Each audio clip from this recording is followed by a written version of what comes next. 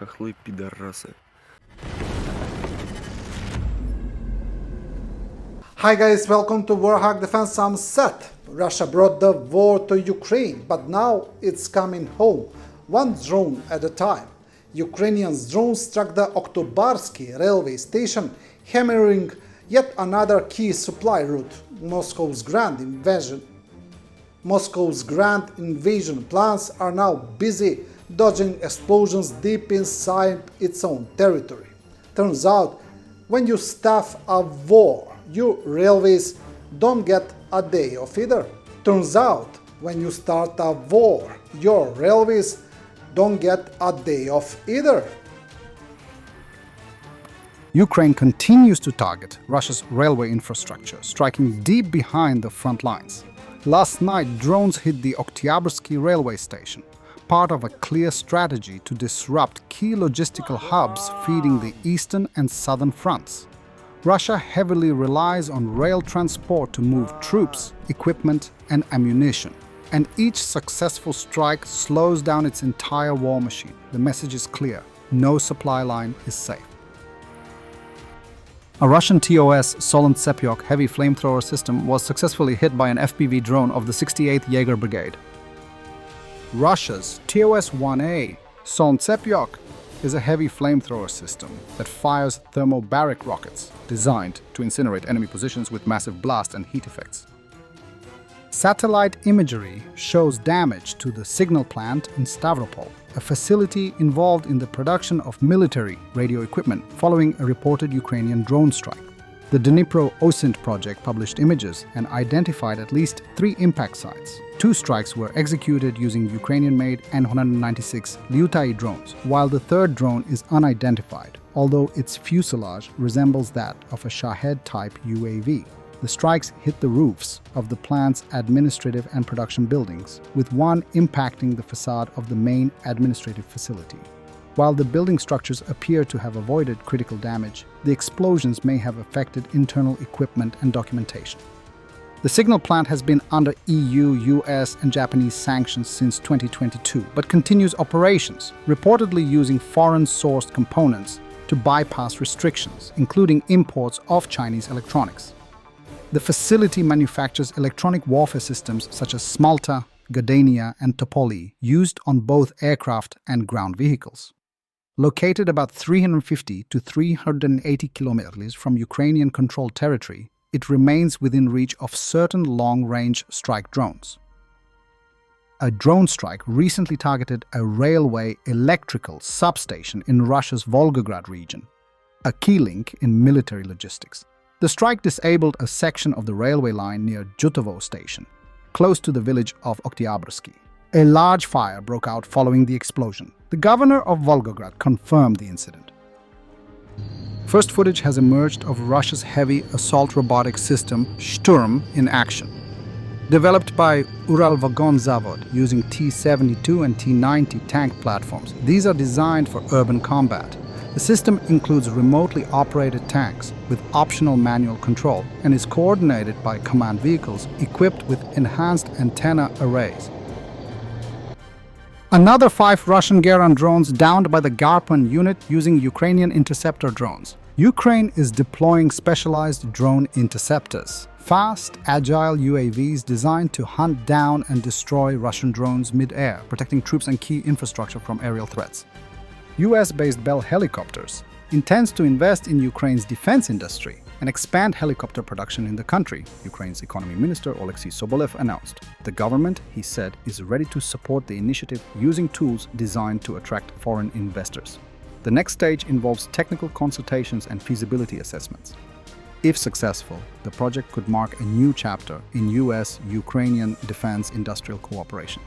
The idea of assembling Bell helicopters in Ukraine is not new. In the past, the possibility of localizing the production of the civilian version of the UH-1 was discussed, but never materialized. Since Russia's full-scale invasion, Bell has stepped up efforts to market its platforms to Ukraine's armed forces. At the Farnborough International Air Show in July 2024, the company officially proposed the Bell 407M, a militarized version of its multi-purpose helicopter for Ukrainian use. Additionally, since 2022, Kyiv has been requesting the transfer of AH-1Z Viper attack helicopters as part of US military assistance.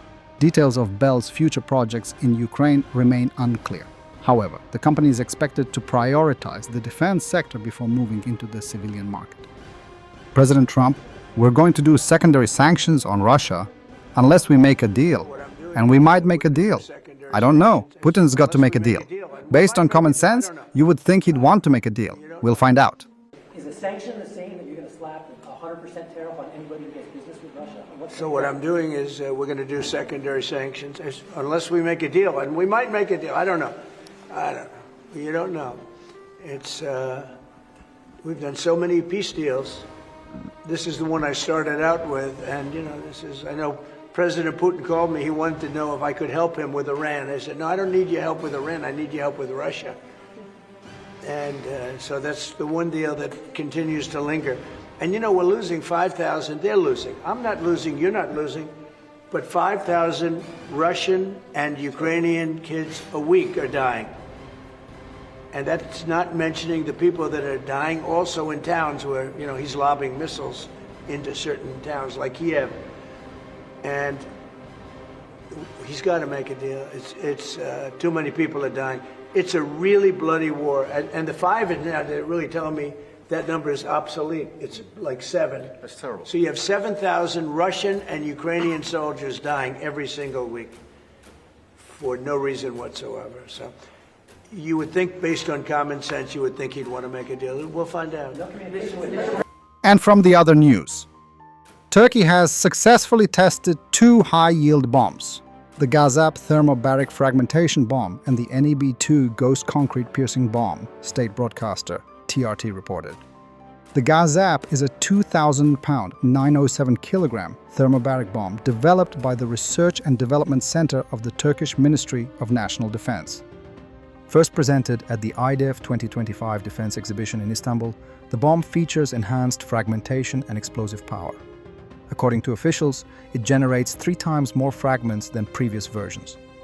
The Research and Development Center modified the explosive composition and body design. The qualification and certification processes are complete, and the bomb is ready for operational use, a defense official shared with TRT. The second munition, the NEB-2 Ghost, is a 2,000-pound bunker buster designed to destroy reinforced concrete structures. It is described as the best bunker buster in the field, the official mentioned. US-made bombs typically penetrate 2.4 meters, 7.8 feet of C-35 grade concrete.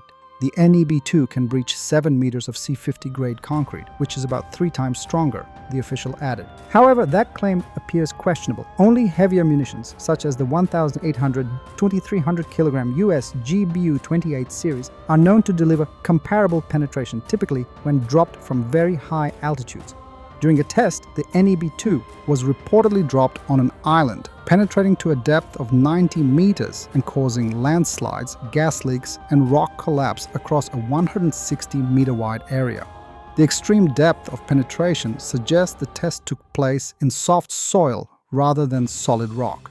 Recently, Turkish defense firm Roketsan presented the Typhoon Block 4 ballistic missile, an upgraded version of its existing system. The missile reportedly has a range of around 1,000 kilometers and improved speed, enhancing its ability to evade missile defense systems. The Typhoon Block 4 weighs approximately 7.3 tons, measures about 10 meters in length, and has a diameter of 610 mm. Thanks for watching, and don't forget to subscribe. Also, if you want to support Warthog Defense, please become our member and get early access to new videos, exclusive members-only videos, and become administrator in comment section. The membership link is in the description. Rescues every day. We had a guy last week, it's 6 rescues in 6 days. You know, he's doing the job every day.